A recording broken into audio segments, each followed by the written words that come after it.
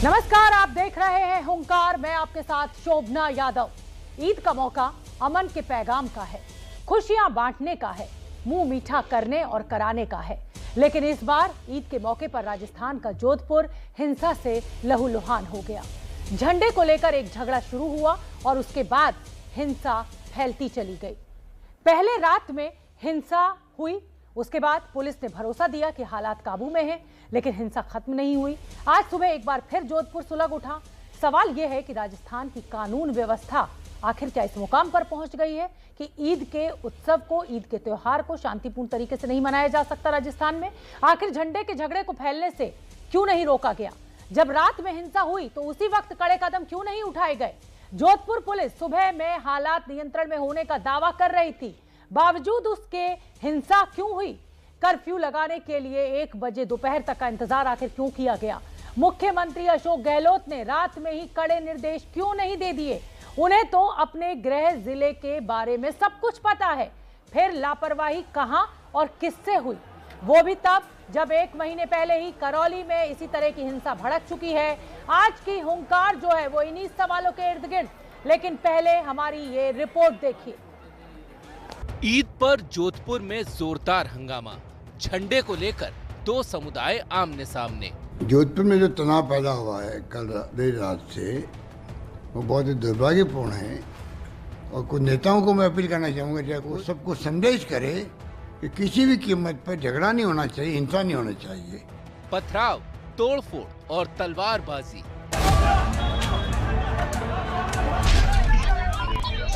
हिंसा के बाद जोधपुर के 10 थानों में कर्फ्यू। जोधपुर में जो जालोरी गेट के ऊपर बाल मुकुंद बिस्सा जी की मूर्ति, उसके ऊपर एक विशेष समुदाय का झंडा लगाने की जरूरत क्या थी? वहां पर पत्थरबाजी करने की जरूरत क्या थी? यहाँ कौन सा नारा लगा था जिससे लोग भड़क गए? तो ये एक माहौल जो बना है, तालिबानी जो माहौल बन गया है पूरे राजस्थान के अंदर, उस कारण से ये सब हो रहा है। क्या जोधपुर में तनाव का चुनाव कनेक्शन है?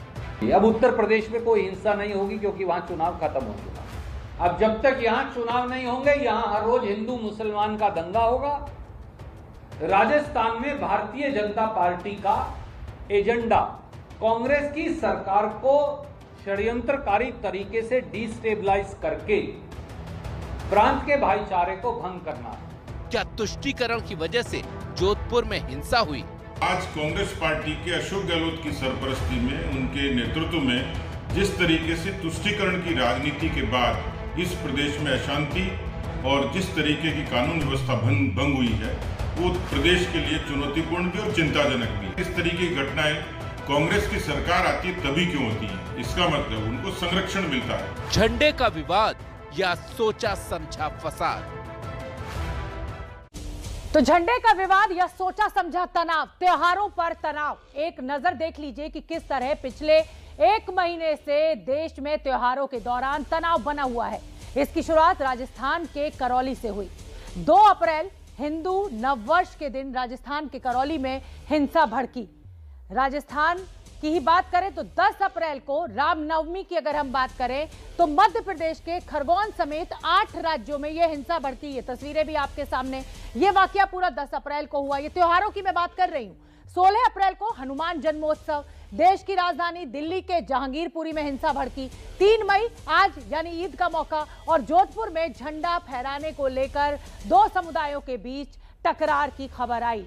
तो जिस तरीके से त्योहारों पर लगातार ये हो हल्ला हो रहा है, हिंसा की खबरें सामने आ रही हैं, इसके क्या मायने निकाले जाएं? हमारे साथ मेहमानों का एक बहुत ही खास पैनल जुड़ रहा है और खासतौर पर जो मंत्री हैं हमारे, माफ कीजिए, जो बीजेपी के नेता हैं राज्यवर्धन सिंह राठौड़, सांसद हैं राजस्थान से बीजेपी के, वो हमारे साथ जुड़ रहे हैं। सर, बहुत बहुत स्वागत आपका। बहुत बहुत धन्यवाद एबीपी न्यूज के लिए समय निकालने के लिए। अलका लामा जी प्रवक्ता है कांग्रेस की, वो भी हमारे साथ जुड़ी हुई है। संगीत रागी जी प्रोफेसर हैं दिल्ली यूनिवर्सिटी में, वो जुड़े हुए हैं। मौलाना अली कादरी मुस्लिम धर्मगुरु हैं और विक्रम सिंह पूर्व डीजीपी हैं उत्तर प्रदेश के। पुलिस का पक्ष समझना आज बेहद जरूरी हो जाता है और वो इसलिए जरूरी हो जाता है कि जिस तरीके की लापरवाही प्रशासन के द्वारा बरती गई, क्या इस हिंसा को रोका जा सकता था? इस हिंसा को अवॉइड किया जा सकता था? मैं सबसे पहले शुरुआत करूंगी राज्यवर्धन सिंह राठौड़ जी आपके साथ। सर, मेरा सवाल आपसे यही है कि राजस्थान से आप सांसद हैं और जिस तरीके की हिंसा भड़की है, चाहे मैं करौली की बात करूं और या अब मैं जोधपुर की बात करूं, क्या लग रहा है आपको? आपकी क्या राय है? देखिए, इसमें राय की बात नहीं है, इसमें स्पष्ट यह है कि जनता की सुरक्षा राज्य सरकार की जिम्मेदारी है और राज्य सरकार के अंदर पुलिस गृह मंत्री के नीचे आता है। गृह मंत्री वहां के मुख्यमंत्री भी हैं। अब लगातार जो घटनाक्रम हो रहा है उसमें हिंसा भड़क रही है, ये एक बात है। दूसरा, सरकार क्लियरली तुष्टीकरण की राजनीति कर रही है और ये बिल्कुल स्पेसिफिक फैक्ट्स के साथ मैं आपको बता रहा हूं कि जब राज्य सरकार रामनवमी और रमज़ान के समय एक आदेश निकालती है कि मुस्लिम बहुल्य क्षेत्र के अंदर बिजली की कटौती नहीं होनी चाहिए क्योंकि रमज़ान चल रहा है, तो उसमें रामनवमी का नाम जोड़ने में क्या कष्ट हो रहा था राजस्थान की सरकार को। रामनवमी भी थी, रमज़ान भी थी, लेकिन एक आदेश खास निकाला जाता है। ये तुष्टीकरण का एक उदाहरण है।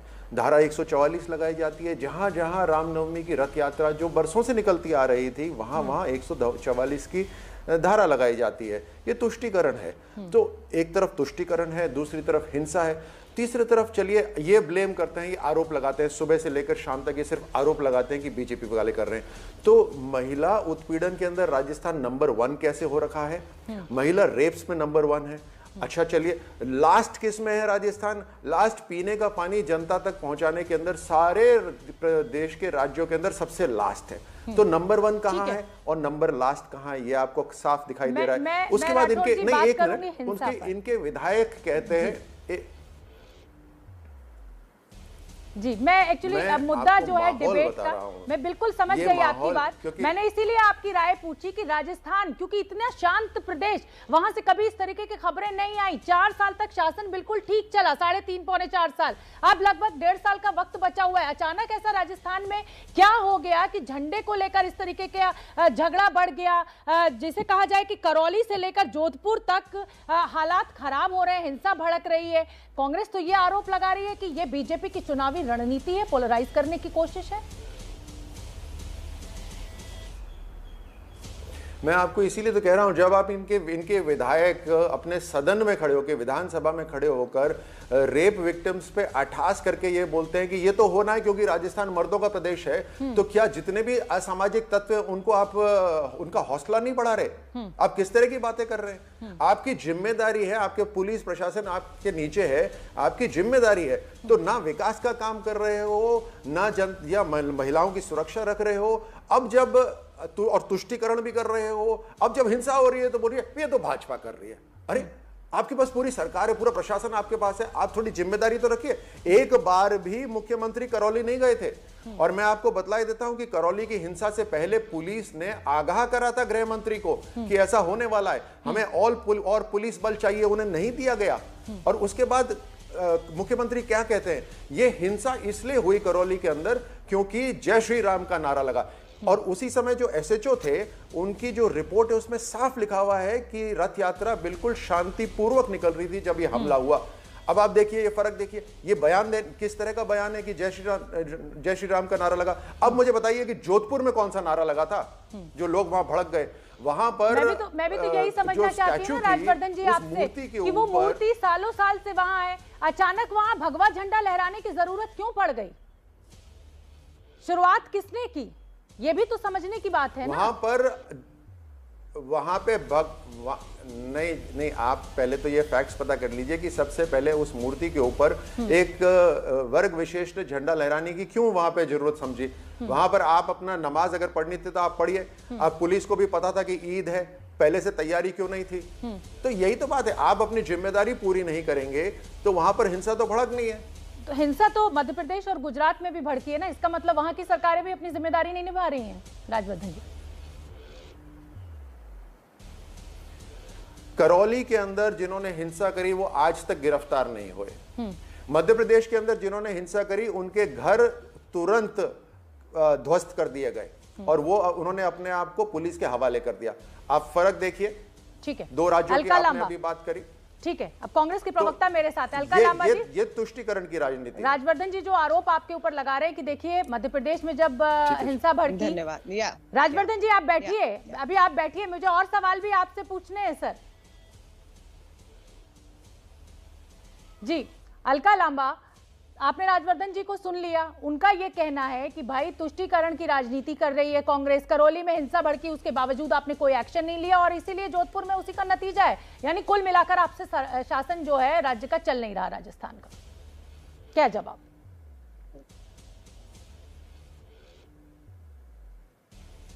शोभना, इस हिंदुस्तान में अभी जो राजनीति चल रही है ना, 2024 का नैरेटिव सेट किया जा रहा है। जब देश के प्रधानमंत्री विदेशी धरती पर तिरंगा झंडे का वीडियो पोस्ट नहीं करते, भगवा झंडा पोस्ट करते हैं, तो संदेश साफ देता है कि किस तरफ की राजनीति पर केंद्र की भाजपा सरकार जा रही है। यहाँ झंडे की राजनीति करके सांप्रदायिकता फैलाई जा रही है, यहाँ लाउड स्पीकर और बुलडोजर की राजनीति से सांप्रदायिकता दंगे भड़काए जा रहे हैं। आपने सही सवाल किया, पूछना चाहती हूँ राज्यवर्धन जी से।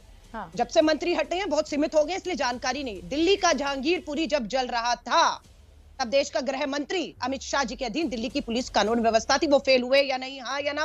और इससे पहले 2020 के दिल्ली दंगे भी उन्हीं के गृह मंत्री रहते हुए और 50 लोग मौत के मुंह में चले गए। अगर देश के गृह मंत्री अमित शाह जी 2020 के दंगों के बाद जिम्मेदारी लेते हुए, अलका लांबा जी, अगर गृह मंत्री से अगर जैसा बात पूरी कर लूं, आप सवाल लीजिएगा, बात पूरी कर लूं। ठीक है, कीजिए अपनी बात। धन्यवाद। जहांगीरपुरी दिल्ली में होता है पंजाब। थैंक यू शोभना जी, बहुत बहुत धन्यवाद आपका।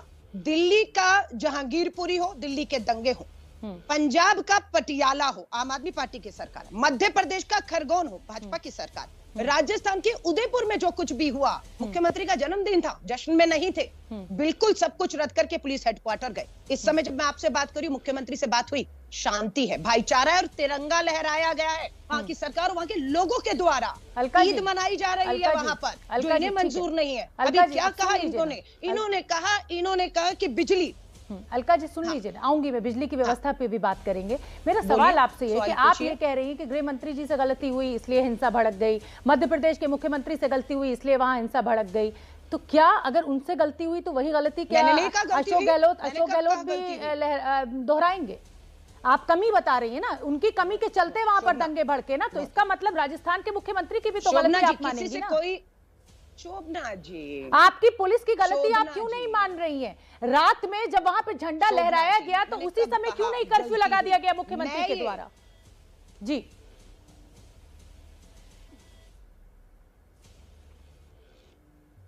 मैं आपको इस बात को जिम्मेदारी से कह रही हूँ, उदयपुर राजस्थान के लोगों को सलाम करते हुए कहती हूँ, भाजपा की सांप्रदायिक नफरत और जहर की राजनीति जो इस देश में खेली जा रही है उसको ध्वस्त किया है राजस्थान, उदयपुर के, अपना जोधपुर के लोगों ने। तिरंगा लहरा रहा है सम्मान से, उस संविधान में मिली आजादी का इस्तेमाल किया जा रहा है, लेकिन ये नैरेटिव सेट किया जा रहा है 2024 के लिए। ये आग में झोंक, वही तो प्रशासन किसका है, सरकार किसकी है? तो वही तो कह रही, सरकार और प्रशासन किसकी? पहले आप एक चीज समझिए ना अलका लांबा जी, पहले रायते को फैलाइए और फिर समेटने की बात कीजिए।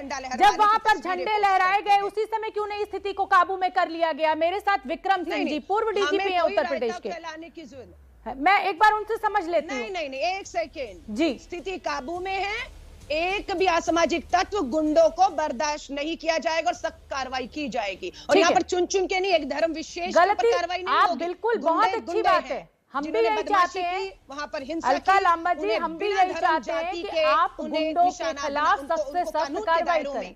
अलका लांबा जी, हमारी भी यही शुभकामना है कि आप गुंडों के खिलाफ सख्त कार्रवाई कीजिए, लेकिन अपनी पुलिस की गलती भी तो मानिए। विक्रम सिंह जी, पूरा का पूरा मामला की राजनीति नहीं करेंगे, ठीक है, पूरा देश बुलडोजर से नहीं, संविधान और कानून से चलेगा। आऊंगी, बिल्कुल कानून से चलेगा, संविधान से चलेगा। विक्रम सिंह जी, मेरा सवाल आपसे ये है कि ये जो पूरा मामला जोधपुर का आपके सामने आया है, क्या इसमें आप पुलिस का फेल्योर, प्रशासन का फेल्योर नहीं देख रहे हैं? जब पहली बार आधी रात में वो झंडा लहराया गया, उसी समय स्थिति को क्यों नहीं काबू किया गया? अगले दिन सुबह का इंतजार किया गया, जो कर्फ्यू दोपहर में 1 बजे लगाया गया, वो सुबह से ही क्यों नहीं लगा दिया गया था? क्या है आप क्या कहेंगे इस पूरे मामले को देखकर?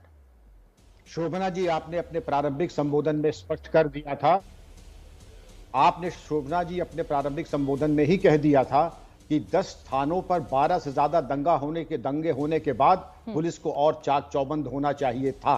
यह संतोष का विषय है कि आप हैं, आपसे बेहतर कोई नहीं समझ सकता है कि इसमें क्या पहल होनी चाहिए थी। जिस वक्त झंडा लगा दंगाइयों ने अपना पर्चा आउट कर दिया, अपने मंसूबों को बाहर कर दिया। पुलिस को चाहिए था कि उनके कहर बन के टूट पड़ते। प्रिवेंटिव अरेस्ट रासुका के अंतर्गत और अन्य कड़ी धाराओं में उनकी गिरफ्तारी हो जानी चाहिए थी, नहीं हुई। कर्फ्यू लग जाना चाहिए था, नहीं लगा।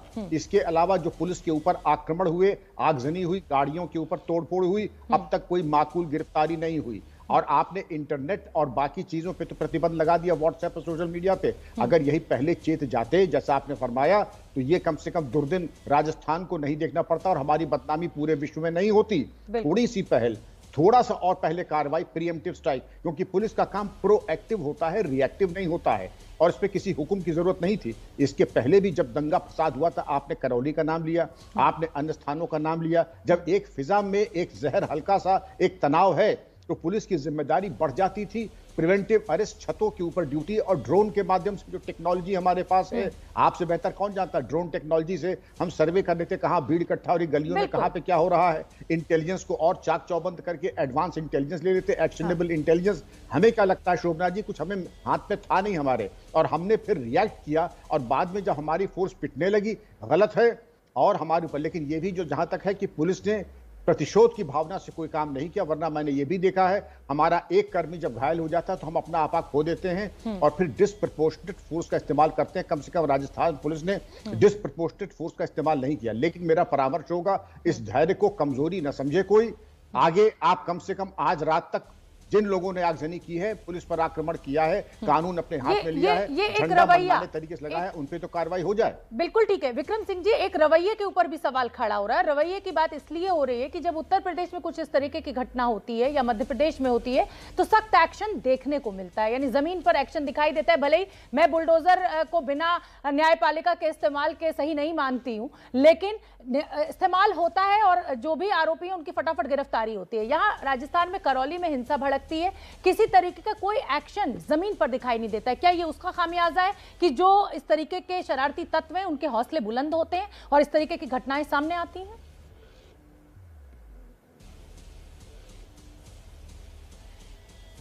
क्यों नहीं Shobhana ji, you sow a wind and reap a whirlwind. मैं कभी भी नहीं चाहूंगा आपकी तरह कि कोई गैर कानूनी काम करे, न मैंने किया है। तंगाई बड़ा समझदार होता है, आपका तेवर और चेहरा पढ़ करके कार्रवाई करता है। वो देख ले कि ये तो नाना जी की तरह है, इनसे कुछ होगा नहीं, तो छाती पे चढ़ के दंगा करेंगे। और यही मालूम पड़ जाए कि वो मुंह तोड़ जवाब दिया जाएगा, 7 पुष्ट याद करेगा। हर आदमी जो है कानून और संविधान और तिरंगा हाथ में लेके चलने लगेगा शोभना जी। और मैंने वो भी दिन देखा, पुलिस का काम सेवा समिति का नहीं है, कानून का पालन अक्षरशः कराना बिना किसी प्रतिशोध की भावना से, और ये पहले हो जाना चाहिए था। बिल्कुल ठीक है। मौलाना अली कादरी साहब मेरे साथ जुड़े हुए हैं, मुस्लिम धर्मगुरु हैं। मौलाना अली कादरी, जो भी हुआ, चाहे मैं करौली की बात करूं, क्योंकि आज मैं राजस्थान की बात कर रही हूं, नहीं तो मैं जहांगीरपुरी की बात भी करती, मैं मध्य प्रदेश की बात भी करती और मैं गुजरात की बात भी करती, लेकिन आज राजस्थान की बात होना बेहद जरूरी है। अली कादरी साहब, आपको क्या लग रहा है, ये दोनों समुदायों के बीच में सच में तनाव है, एक दूसरे के लिए मोहब्बत खत्म हो गई है, ये ताना बाना ढीला पड़ गया है, या फिर ये कोरी सियासत है जो आज यहां तक पहुंच गए हैं दोनों समुदाय कि झंडे को लेकर इस तरीके से एक दूसरे के ऊपर हमलावर है, हिंसा भड़क रही है? शोभना जी, सबसे पहले मेरे तमाम भारतवासियों को ईद की मुबारकबाद पेश करता हूं और बिलखुसूस संगीत रागी साहब को ईद की मुबारकबाद है मेरी तरफ से। देखिए मैडम, अभी आपने खुद ये कहा कि जो है उस मूर्ति पर किसी किस्म का कोई भी परचम नहीं लहरा रहा था। वहां पर पहले भगवा झंडा लहराया गया, फिर उसके बाद में वहां पर एक चांद तारे का झंडा लहराया गया। वहां से इस गड़बड़ की उन्वान छिड़ा और जो है इब्तदा हुई।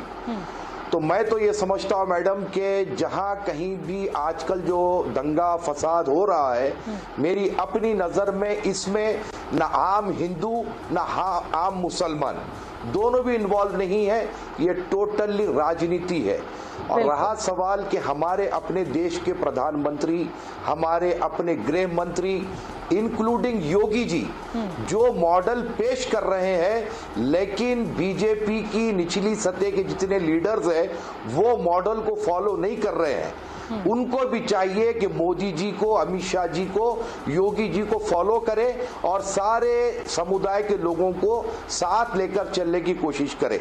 अभी आप देख रहे थे कि हमारे एमपी साहब है और एक्स मिनिस्टर है, बहुत बड़े जिम्मेदार आदमी है, लेकिन उन्होंने किसी किस्म की कोई जिम्मेदारी की गुफ्तगू नहीं की, बल्कि उल्टे एक समुदाय को जिम्मेदार बनाने की कोशिश कर रहे हैं। तो मौलाना अली कादरी साहब, मेरा कहना आपसे ये है कि ये आप जब मान ही रहे हैं, दोनों समुदाय ये मान रहे हैं कि भाई ये सियासत हो रही है और उसी के चलते ये लड़ाया जा रहा है, जिस योगी मॉडल और मोदी मॉडल की आप बात कर रहे हैं, तो कहीं ना कहीं क्या आपका इशारा ये है कि मोदी जी तो एक नया भारत बनाना चाहते हैं, लेकिन ये जो छुटभइये नेता हैं, जो नीचे के नेता हैं, वो माहौल खराब कर रहे हैं, चाहे वो दोनों ही समुदाय के हों? अगर मैं सही समझ रही हूं आपको? हकीकत है मैडम, देखिए, नहीं बिल्कुल सही है। ये अपने पद हासिल करने के लिए और कोई अपनी हुकूमत बचाने के लिए, ये दो तरफ से कार्रवाई हो रही है और इसमें पीछे जा रहा है आम भारतीय, आम हिंदू और आम मुसलमान, जिसको फसाद से, दंगे से कोई मतलब नहीं है। ठीक है संगीत रागी साहब, क्षमा चाहती हूँ कि सबसे बाद में आपके पास आ रही हूँ, लेकिन आपकी राय बहुत महत्वपूर्ण होगी। ये जो पूरा आपने सबके विचारों को सुना, और क्योंकि आप प्रोफेसर हैं, डीयू में शिक्षा क्षेत्र से आते हैं, तो इसलिए आपकी राय बहुत महत्व रखती है। और मैं ये समझना चाहती हूँ आपसे प्रोफेसर संगीत रागी कि जिस तरीके से जो अली कादर साहब भी कह रहे हैं, अली कादरी साहब, कि ये दोनों समुदायों में नफरत नहीं है एक दूसरे के बीच, ये तो सियासत है जो उनको इस तरीके से सामने ले आ रही है और झंडे जैसे मुद्दे पर इस तरीके की हिंसा भड़क जा रही है। क्या आप सहमत हैं अली कादरी साहब से?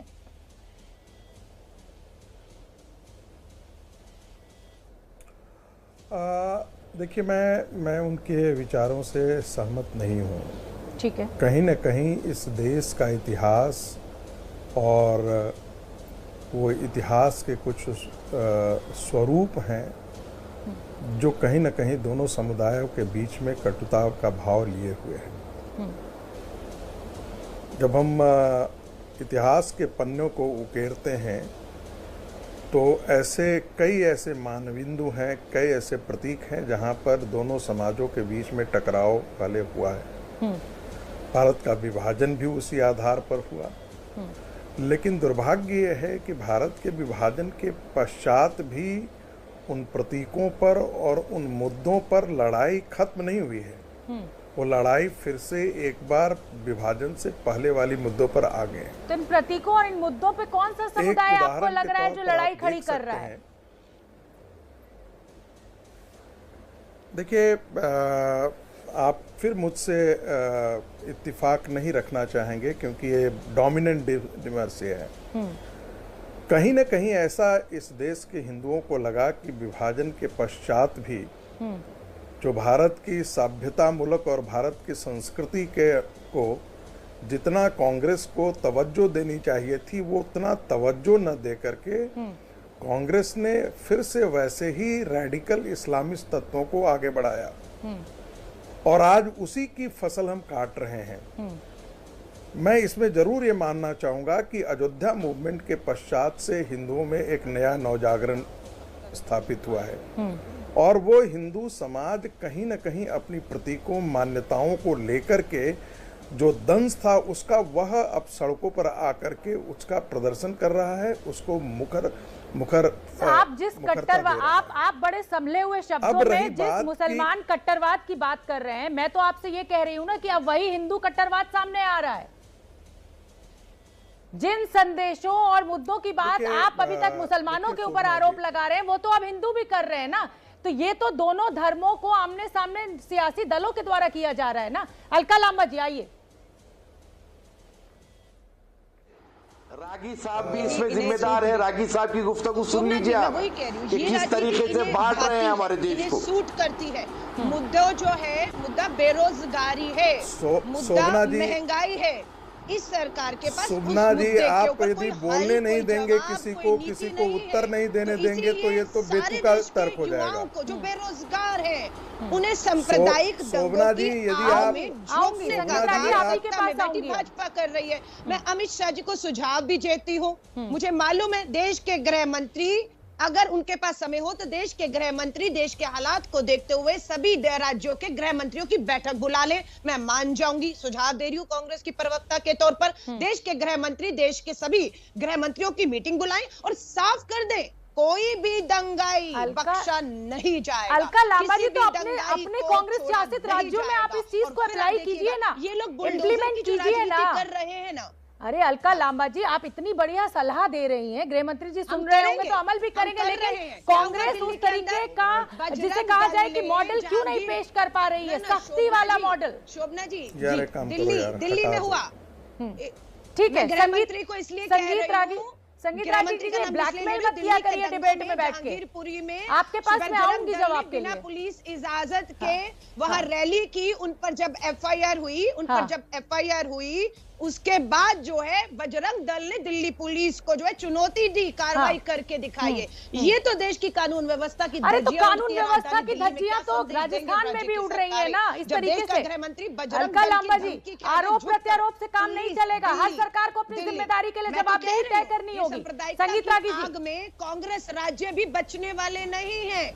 हमारी राजस्थान, बिल्कुल राजस्थान और छत्तीसगढ़ की सरकार इन सांप्रदायिक दंगों की जो राजनीति भाजपा खेल रही है उस चुनौती से हम भी गुजर रहे हैं। हमें भी अपने आप को और तैयार करने की जरूरत है। चुनाव है तो तनाव है, इस बार ले लिया है। संगीत रागी अब नहीं बख्शे जाएंगे। ठीक है, आऊंगी अलका वाले यही लोग हैं जो आएंगे। अलका लांबा आऊंगी। संगीत रागी, चुनाव है तो यही है, तो तनाव है।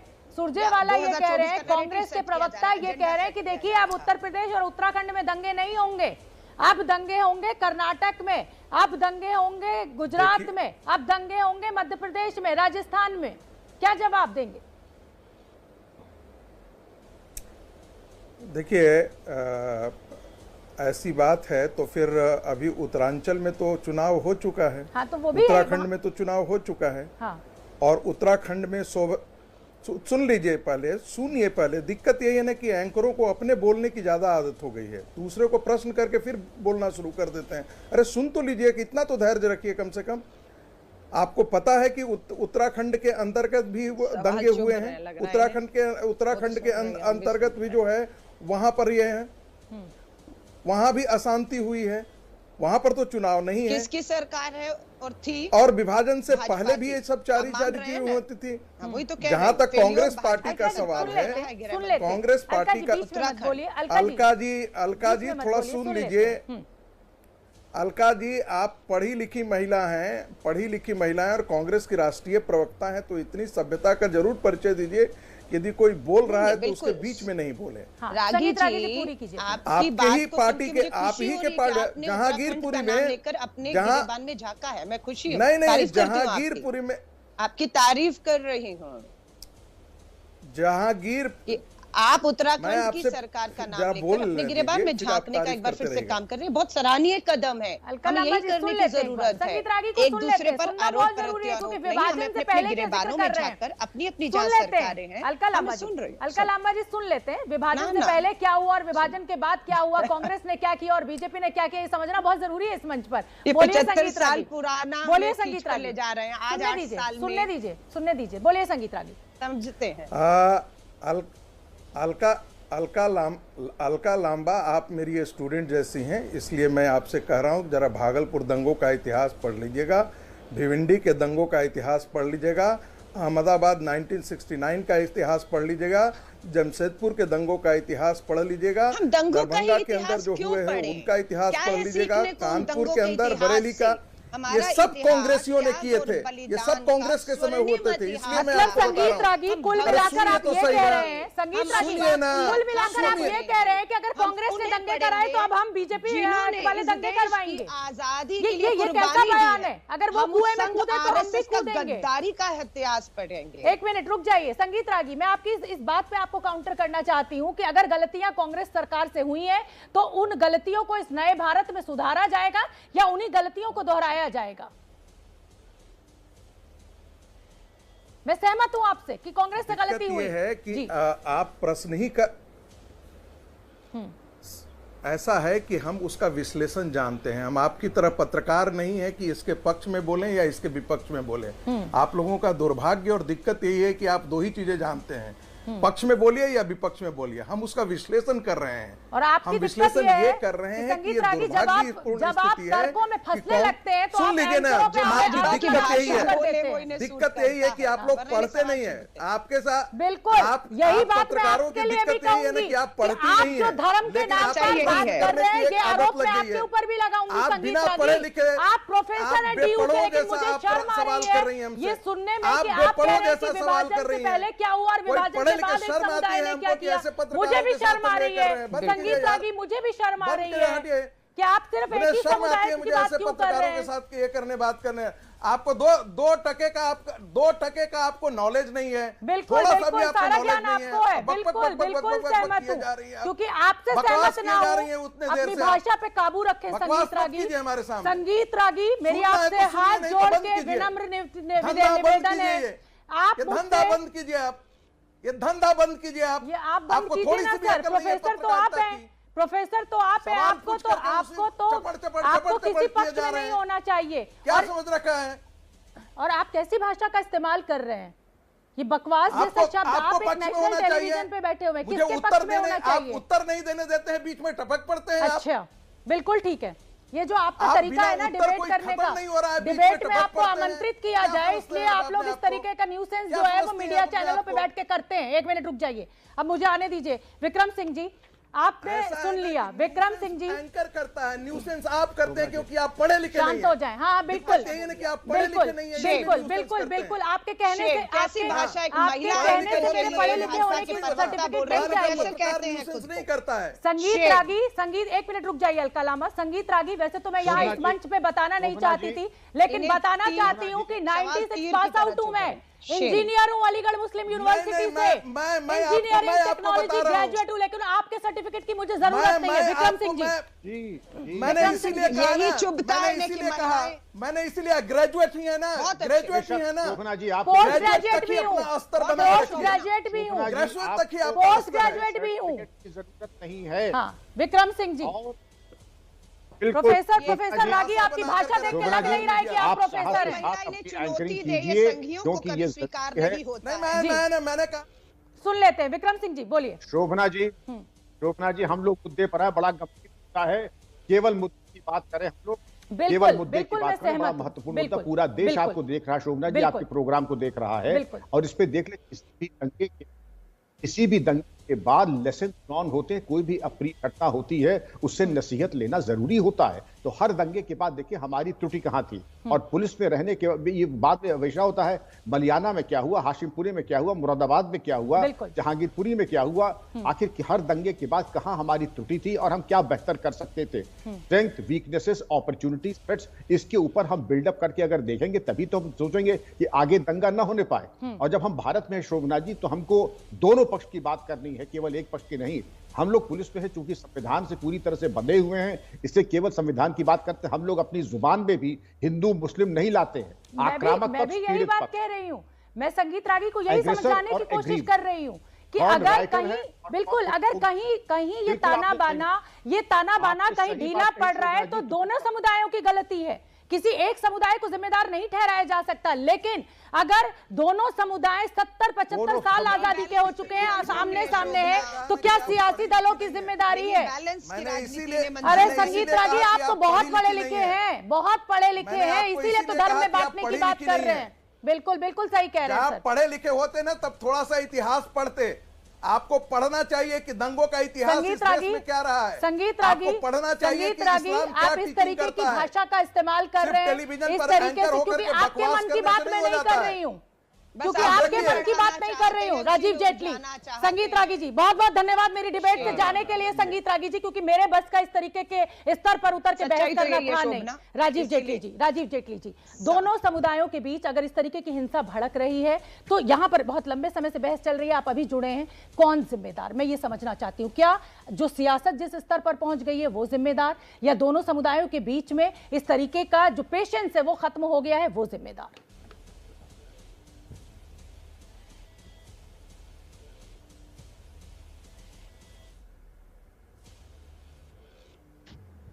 शोभना, मुझे लगता है कि जो ज्यादा जिम्मेदारी होती है वो सरकार की इसलिए बन जाती है क्योंकि अगर आपने कोई ऐसे तत्व जिनको ये भरोसा दिलवाया है कि आपके द्वारा उठाए गए ऐसे कदम जिस पे हमारी पुलिस के ऊपर भी अटैक हो जाए, किसी को छुरा घोंप दिया जाए, पत्थरबाजी कर दी जाए, उसके बावजूद हम आपके साथ खड़े हैं, अगर इस तरीके के आश्वासन सरकार से मिलेंगे तो आप ये सोच के चलिए कि इससे भी बुरे परिणाम सामने आए। ये आश्वासन किसने दिया है? क्या अशोक गहलोत साहब ने इस तरीके का कोई बयान दिया है या कांग्रेस के किसी प्रवक्ता ने इस तरह का बयान दिया है? राजीव जेटली परिस्थिति में जहां सुनवाई राजीव जेटली, एक मिनट रुक जाइए अलका लांबा जी गृह मंत्री ने दिए हैं।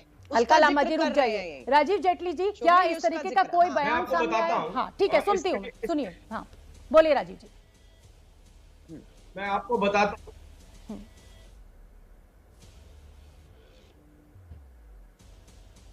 मैं आपको बताना चाहता हूं, जब देश के अंदर हर धर्म, हर समुदाय के लोग किसी सरकार के साथ कोऑपरेट कर रहे थे, आपने देखा जैसे लाउड स्पीकर वाले मैटर के ऊपर भी, ऐसी परिस्थिति में अगर स्टेट कहती है कि आप सड़क पे बैठ के नमाज पढ़िए, आप आजान को जोर से बजाइए, तो आप सोचिए वो सरकार को अब बयान देने की जरूरत रह गई है क्या? उस सरकार से अब बयान की भी अपेक्षा करते हैं। ठीक है, जब सभी लोगों का समन्वय बैठ रहा हो, ऐसे में आप तुष्टीकरण की राजनीति कर रहे हो, आप किसी समुदाय विशेष को कह रहे हो कि आप ऐसे कदम उठाइए। कादरी साहब का आना जरूरी है। कादरी साहब, क्या मुसलमान इसलिए अति उत्साहित हो गया है कि उसको सरकारों का साथ मिला हुआ है, जैसा कि राजीव जेटली कह रहे हैं? अलका लांबा रुक जाइए। कादरी साहब क्या कहेंगे आप? राजीव जेटली जो कह रहे हैं कि भाई सरकारें जो हैं वो एक संदेश नहीं दे पा रही हैं एक समुदाय को और इसीलिए इस तरीके की हो रही हैं चीजें। नहीं देखिए मैडम, अभी थोड़ी देर पहले ही मैंने आपसे कहा ना कि इस किस्म के बयानात से ही हमारे देश में सांप्रदायिकता फैल रही है।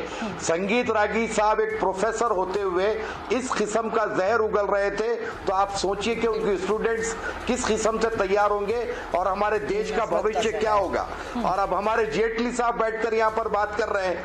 अरे सर, यहाँ पर जो उत्पात लाउड स्पीकर पर जो महाराष्ट्र में मचाया गया, मुसलमानों ने नहीं मचाया, राज ठाकरे ने मचाया है। और बाकी महाराष्ट्र की गवर्नमेंट यूपी के मॉडल को लाइए। हम कह रहे हैं आपको कि योगी जी ने जो रोल मॉडल पेश किया, दोनों समुदाय के लोगों को बिठा करके बात की और उसकी जो परमिसिबल लिमिट है उस पर लाया गया, तो महाराष्ट्र गवर्नमेंट को भी चाहिए करना। लेकिन ये जो वातावरण हमारे देश का खराब हो रहा है, ऐसी स्तर के नेताओं की तरफ से हर दो लोगों में नफरतें पैदा हो रही है। विभाजन तो होकर 75 साल हो गया, लेकिन आज भी ये लोग दिलों में जहर बिठाकर बैठे हैं। विक्रम सिंह जी का आना जरूरी है। पैगाम को हमने ठुकराया, इस देश को अपनाया। बिल्कुल ठीक है, बिल्कुल ठीक है। और आपको ये बताने की जरूरत नहीं है कादरी साहब कि आप इस देश के नागरिक हैं, ये देश आपका है, आप इस देश के हैं। मैं विक्रम सिंह जी आपका रुख करना चाहूंगी। विक्रम सिंह जी, आप सुन रहे हैं दुनिया कहां से कहां भागी जा रही है, चाहे हम विदेशों की बात कर ले, हम किसी भी देश की चले जाएं, आप देख रहे हैं उनका विकास किस तरीके से है, उनके धर्म को कैसे लिया जाता है। एक हमारा देश है जो 75 साल आजादी के हो रहे हैं और हम अभी भी मंदिर मस्जिद के झगड़े में अटके हुए हैं। तो क्या माना जाए कि हमारे देश में, चाहे वो कांग्रेस हो, चाहे वो बीजेपी हो या जितने भी राजनीतिक दलों, मैं नाम यहाँ पे 2 दलों का ले रही हूँ, क्या सियासत जिम्मेदार है कि आज हम उस स्थिति में नहीं पहुंच पाए जहां अमेरिका और रशिया पहुंच गए? हम सिर्फ मंदिर मस्जिद पर लड़े जा रहे हैं और यही वजह है कि आज दोनों समुदायों के बीच का जो ताना बाना है वो ढीला पड़ रहा है क्योंकि वोट बैंक की राजनीति हो रही है।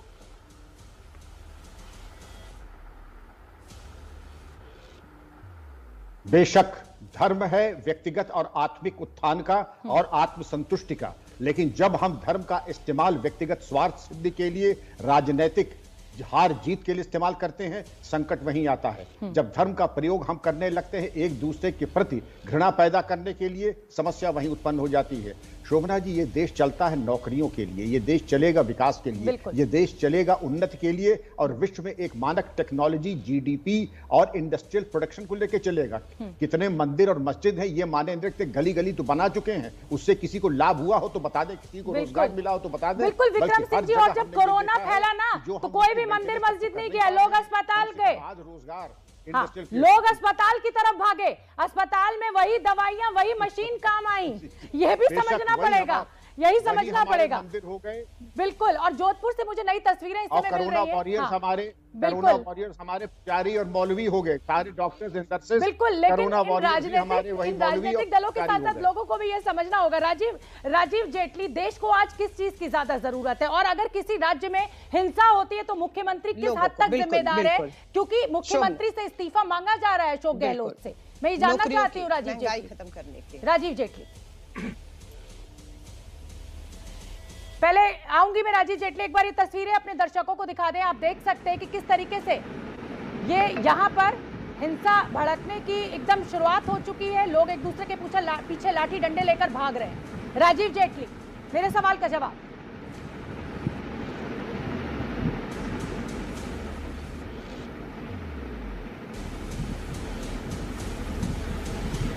मैं तो शोभना आपको ये बताना चाहता हूं, आप समझिए इस बात को। बहुत अच्छी बात अभी सिंह साहब ने करी। उन्होंने कहा कि अब इस देश में, क्योंकि जैसा आप भी कोट कर रही हैं कि दुनिया के देश कहां जा रहे हैं और हम कहां फंसे हुए हैं, इस बात की गहराई में समझने की कोई जरूरत है। इस देश के विभाजन के बाद राजीव जेटली, 10 सेकंड के लिए आपको रोक रही हूँ। आप देखिए किस तरीके से संपत्ति का नुकसान किया जा रहा है। आप देखिए कैसे लाठी डंडों से स्कूटर की हेडलाइट तोड़ी जा रही है। ये स्कूटर किसी गरीब आदमी का, जिसने बड़ी मुश्किल से खरीदा होगा, EMI देकर खरीद रहा होगा। देखिए कैसे पत्थरबाजी कर रहे हैं। और दुख मुझे इस बात का हो रहा है इन तस्वीरों को देखकर कि ये युवा है, ये इस देश के बेटे हैं, बच्चे हैं, जिनको नौकरियां करनी है, देश को आगे बढ़ाना है, जिम्मेदारी इनके कंधों पर। लेकिन इन्होंने उस जिम्मेदारी की जगह पत्थर को हाथ में उठा लिया है। ये तस्वीरें बेहद गंभीर हैं, बेहद चिंताजनक हैं। आप देख सकते हैं कि कैसे लाठी डंडे लेकर ये युवा एक दूसरे के पीछे दौड़ रहे हैं। अपने मुंह को इन्होंने ढक रखा है, यानी ये जानते हैं कि ये गलत काम कर रहे हैं। ये जोधपुर से हमें अभी ताजा तस्वीरें मिली हैं, वो हम आपको दिखा रहे हैं, सुनार मोहल्ला की। समुदाय कोई भी जिम्मेदार हो, लेकिन नुकसान आप देखिए आम आदमी का हो रहा है। स्कूटर हो सकता है EMI दे रहा हो ये आदमी, जिसका स्कूटर इस तरह से तोड़ा जा रहा है। राजीव जेटली,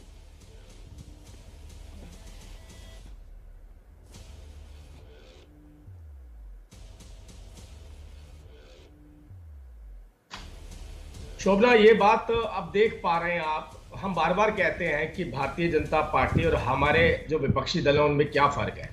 ये जो नजारा आप देख रहे हैं ये अपने आप में दर्शा देता है कि जहां भारतीय जनता पार्टी की सरकार नहीं होती है, वहां पर कितनी छूट दी जाती है इस तरीके के अलगाववादियों को, कितनी छूट दी जाती है। और हो सकता है कि इन्हें ऐसा महसूस होता हो कि एक बड़ा समाज तो मुझे वोट करेगा ही करेगा, लेकिन एक समाज, धर्म विशेष को मुझे पूरी तरह से अपने साथ जोड़ के रखना है। और जोड़ के रखने के लिए उनके हाथ में किताब नहीं पकड़ानी है, जोड़ के रखने के लिए उनके हाथ में पत्थर पकड़ाने, जोड़ के रखने के लिए उन्हें उस दिशा में लेके जाना है जिस दिशा से देश को नुकसान हो सकता है, प्रदेश को नुकसान हो सकता है। आज तो ये नजारा आपके सामने आ गया। रोज चर्चा आप ही करते थे कि भारतीय जनता पार्टी की सरकारों के अंदर अगर एक व्यक्ति के खिलाफ भी, चाहे उसने चोरी भी की हो, कुछ भीड़ ने पकड़ के उसके ऊपर हमला किया हो या उसको कोई सजा देने की कोशिश की हो गैर कानूनी तरीके से, तो हमारे लिए वो चर्चा का विषय बनता था। लेकिन ये स्टेट स्पॉन्सर्ड, जिसे कहते हैं ना, ये राज्य सरकार द्वारा प्रायोजित, जिसे दंगा कहा जा सकता है, ये दंगा आपको सामने देखने को राजीव जेटली, मैंने मान लिया, सरकार द्वारा प्रायोजित दंगा है। राज्य सरकार ये कोशिश कर रही है बताने की कि हम आपके साथ खड़े हैं। बिल्कुल ठीक है, बिल्कुल ठीक है राजीव जेटली। अगर ये राज्य प्रायोजित ये दंगा है, तो क्या जब मध्य प्रदेश में होता है या गुजरात में होता है तो वहां भी राज्य प्रायोजित होता है? मेरा एक मिनट राजीव जेटली, जब आप ये कह रहे हैं इतना बड़ा आरोप एक राज्य सरकार के ऊपर आप लगा रहे हैं, तो क्या, बिल्कुल ठीक है, किसी भी राज्य में, क्योंकि ये बीजेपी के प्रवक्ता, इसलिए मेरा ये सवाल बनता है। हाँ राजीव जेटली, छोटा सा जवाब, फिर मेरे सहयोगी मनोज वर्मा मुझसे जुड़ गए जोधपुर से, उनसे मैं सवाल लूंगी। अगर राज्य सरकारें जिम्मेदार हैं, तो क्या आप ये मानेंगे कि जब मध्य प्रदेश के खरगोन में दंगे होते हैं या गुजरात में होते हैं तो राज्य सरकार जिम्मेदार है? मैंने आपको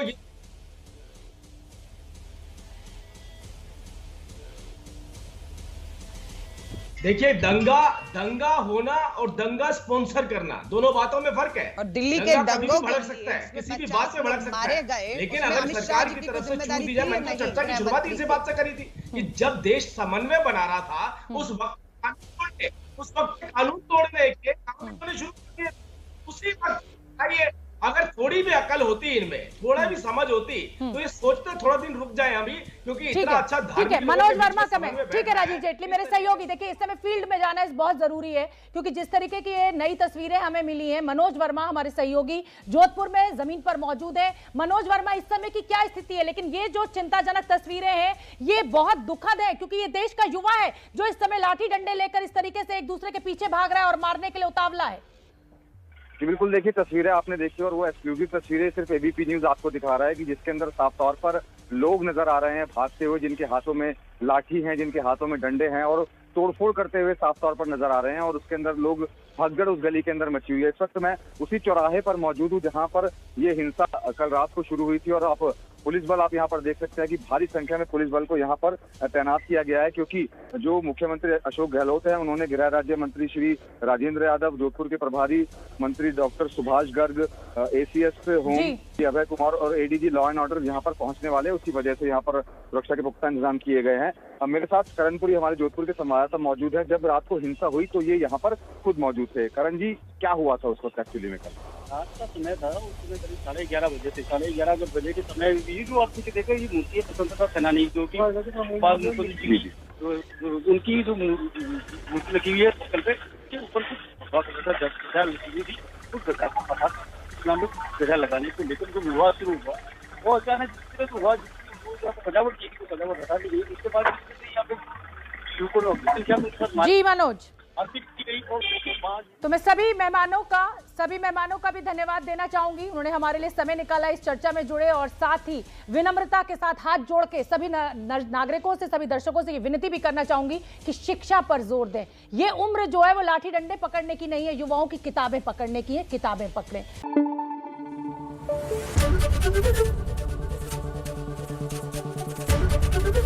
एबीपी न्यूज आपको रखे आगे।